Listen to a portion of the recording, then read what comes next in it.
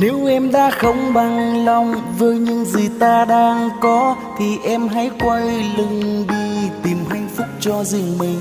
Đừng nói thêm lời ngọt ngào làm cho tim thêm đau, vì em đã hết yêu anh từ lâu.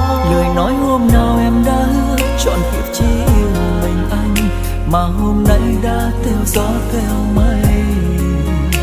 Xót xa nghe lòng đau vì chỉ còn trong chim bao, phải kết thúc chấm hết kể từ đây. Cuộc sống thăng trầm cũng sẽ làm em thay đổi. Em không còn yêu anh như lời hứa phút ban đầu. Vật chất xa hoa phù du anh chẳng thể cho em được đâu, vì anh chỉ có trái tim chung tình yêu em. Hạnh phúc không em người ơi, khi bên ai em ước mơ, người ta sẽ cho em những thứ em cần. Nhưng người ta không yêu em thật lòng đâu em ơi, một ngày nào đó cũng sẽ bỏ rơi em như em rời xa anh.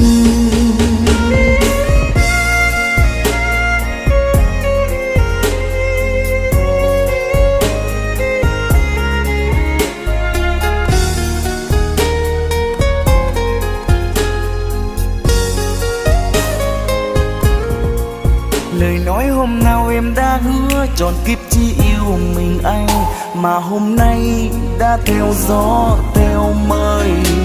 Xót xa nghe lòng đau vì chỉ còn trong chim bao, phải kết thúc chấm hết kể từ đây. Cuộc sống thăng trầm cũng sẽ làm em thay đổi. Em không còn yêu anh như lời hứa phút ban đầu. Vật chất xa hoa phù du anh chẳng thể cho em được đâu, vì anh chỉ có trái tim chung tình yêu em. Hạnh phúc không em người ơi, khi bên ai em ước mơ, người ta sẽ cho em những thứ em cần. Nhưng người ta không yêu em thật lòng đâu em ơi, một ngày nào đó cũng sẽ bỏ rơi em như em rời xa anh. Cuộc sống thăng trầm cũng sẽ làm em thay đổi. Em không còn yêu anh như lời hứa phút ban đầu. Vật chất xa hoa phù du anh chẳng thể cho em được đâu, vì anh chỉ có trái tim chung tình yêu em. Hạnh phúc không em người ơi, khi bên ai em ước mơ, người ta sẽ cho em những thứ em cần. Nhưng người ta không yêu em thật lòng đâu em ơi, một ngày nào đó cũng sẽ bỏ rơi em như em rời xa anh.